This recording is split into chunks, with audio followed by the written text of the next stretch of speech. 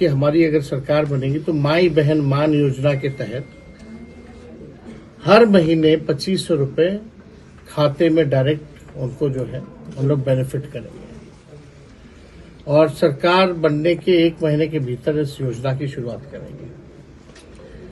बिजली smart meter से लोग परेशान हैं, जो फीडबैक मिला। लैंड सर्वे जो दाखिल खारिज हो रहा है, भ्रष्टाचार बहुत ज्यादा हो रहा है, लोग उससे भी तबाह हैं, जो फीडबैक मिला। तो हम लोगों ने कहा कि 200 यूनिट फ्री में बिजली हम लोग देंगे, क्योंकि बिहार में बिजली का जो रेट है पूरे देश में सबसे महंगा बिजली अगर उपलब्ध होता है तो बिहार में होता है। तो 200 यूनिट फ्री बिजली जो है हम लोग लोगों को मुहैया कराएंगे। साथ ही साथ जो वृद्धा पेंशन है, औरंगाबाद में हम लोग हैं, बगल में ही झारखंड है, वहां चले जाइए तो 1000 रुपये वृद्धा पेंशन है। सामाजिक सुरक्षा पेंशन चाहे दिव्यांगों का हो, चाहे विधवा का हो या वृद्धा का हो, इन 400 से हम लोग बढ़ा करके इसको 1500 रुपये हम लोग करेंगे। और पूरा बिहार घूमने के बाद हम लोगों का क्या विजन रहेगा, क्या रोड मैप रहेगा, क्या ब्लूप्रिंट रहेगा बिहार को अव्वल राज्य में ले जाने के लिए, हम लोग क्या काम करेंगे सरकार में आने के बाद, ये पूरा डॉक्यूमेंट जो है हम लोग बिहार की जनता के सामने हम लोग पेश करेंगे, जिसमें किसान के बारे में भी बात होगा, व्यावसायिकों के बारे में भी बात होगा, मजदूरों के बारे में भी बात होगा, नौजवान, खिलाड़ी, महिलाएं, बुजुर्ग, इंडस्ट्री, कारखाना, पलायन कैसे रोकेंगे।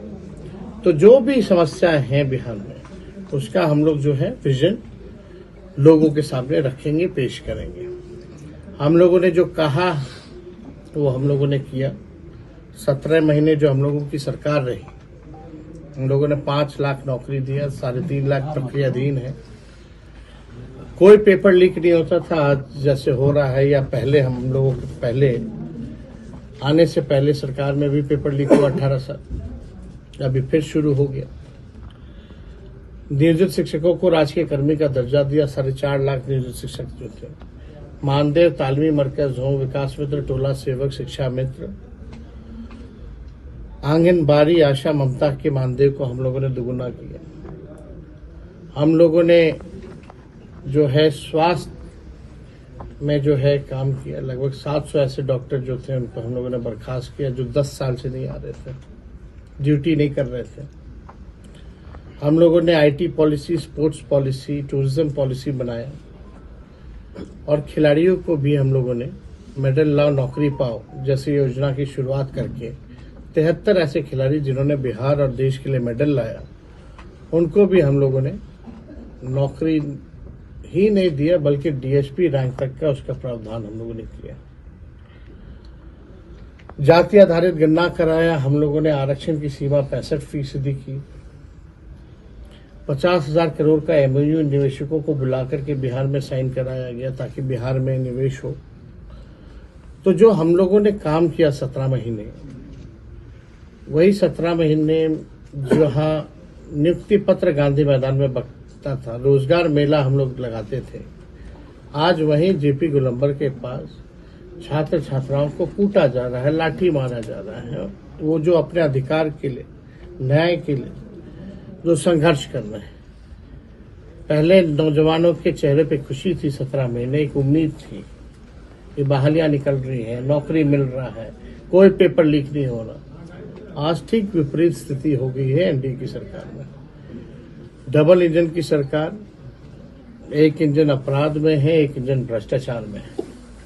आप देखिएगा 11 साल केंद्र सरकार में एनडीए, 20 साल बिहार में, और कितना मौका मिलेगा। अब तक जो है बिहार को विशेष राज्य का दर्जा नहीं दिला पाए, विशेष पैकेज नहीं दिला पाए, बाढ़ के लिए कोई राहत नहीं दिया इन लोगों ने।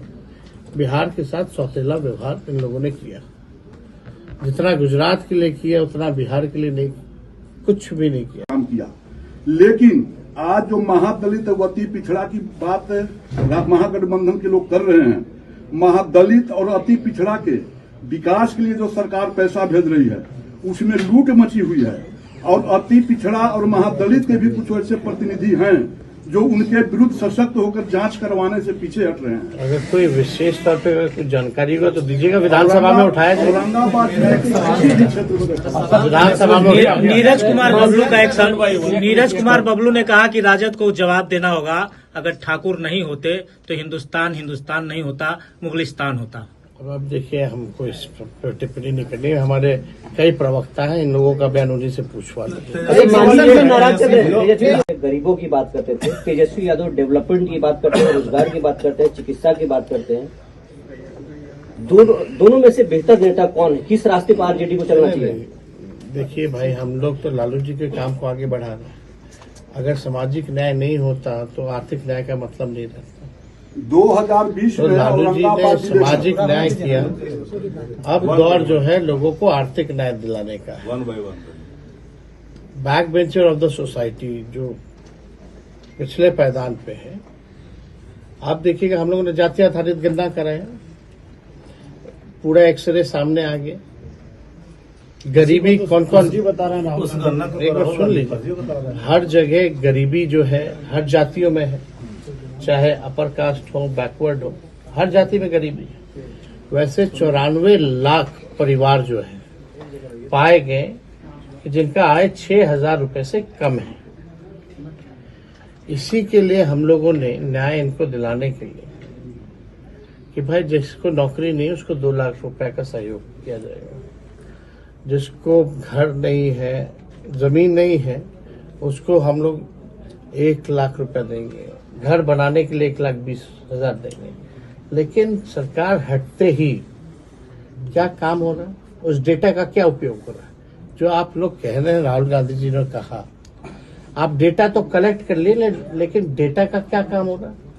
उसी डेटा के तहत हम लोगों ने, सरकार थी तो आरक्षण बढ़ाया था, इसीलिए हम लोगों ने मांग की थी कि इसको शेड्यूल 9 में डाला जाए, और अब जो है निरस्त हो चुका है। तो राहुल गांधी जी का यही कहने का मतलब था कि भाई इस डेटा का उपयोग जो है आप लोग कुछ नहीं कर रहे हैं, बताओ क्या कर रहे हैं? नीतीश कुमार का दरवाजा आपके पास खुला है कि नहीं सर? अब चुनाव होगा, अब जनता चुनेगी। तेजस्वी जी 2000 और आपके पार्टी में स्वर्ण देखते हैं कि उपेक्षित रहे। आप बात करते हैं तुझे का, कैसे? लेकिन स्वर्णों को उपेक्षित रखा जाता है, क्यों? दिखाई देता है। हमारे पार्टी के अध्यक्ष ही प्रदेश अध्यक्ष जगदा बाबू, प्रदेश अध्यक्ष जगता बाबू, वो तो हम प्रदेश अध्यक्ष है आपके पार्टी के। एक औरंगाबाद से जुड़ा डब्ल्यू सिंह यहाँ बैठे हुए, कहाँ उपेक्षित है? इनको कुछ नहीं मिला है क्या? वो थोड़े बता, आपके सामने नहीं बोलेंगे ना, या किसी के सामने नहीं बोलेंगे। एक सवाल औरंगाबाद से है। अभी हाल ही में औरंगाबाद में लगातार हत्या की घटनाएं सामने आ रही हैं। औरंगाबाद में भी 2 घटनाएं हैं, एक फेसर में है, एक मदनपुर में है। आपके प्रतिनिधि पर आरोप ये लग रहा है कि यहाँ से तो महागठबंधन पर भरोसा किए, लेकिन आपके प्रतिनिधि जाति विशेष देख करके राजनीति कर रहे, वहां तक पूछने भी न गए पीड़िता के घर पर। तो क्या कहें? देखिए, हम लोग तो चाहेंगे कि सभी लोग जो है, सब जो भी पीड़ित है, चाहे कोई जात कोई धर्म का हो, हमारे लिए सब समान है, सब एक है। कहीं भी अगर दुख दर्द हो तो लोगों को वहाँ पहुँचना चाहिए। मुख्यमंत्री का हेल्थ कार्ड इशू करने की बात आपने कहा, मुख्यमंत्री का हेल्थ कार्ड को लेकर आप कुछ बात कर रहे थे, क्यों? कल्याण मंत्री थे आपके यहाँ रमई राम जी 1990 में, और उन्होंने हरिजन छात्रावास का निर्माण करवाया था नबीनगर में। आज वो हरिजन छात्रावास खंडर कार्ड जारी करने की बात आखिर क्यों की जा रही है? जी देखिए, कौन क्या कह रहा है इस पे हम टिप्पणी नहीं देना चाहते। हम इतना कहना चाहते हैं, किसी पे हम पर्सनल अटैक नहीं करना चाहते। एक उम्र में समस्याएं बढ़ती हैं, लेकिन एक बात तय है कि अब 20 साल बिहार के लोगों ने समय दिया।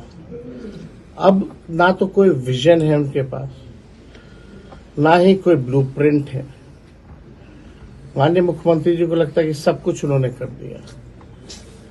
माननीय मुख्यमंत्री जी कहते हैं कि अब कुछ बचा नहीं है करने को।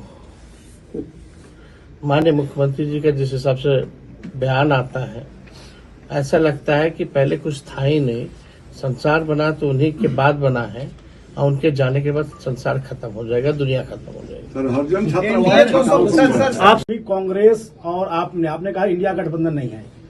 दिल्ली में चुनाव हो रहा है, वहां पर आम आदमी पार्टी कांग्रेस सामने है। बिहार में क्या होगा कांग्रेस और आपका?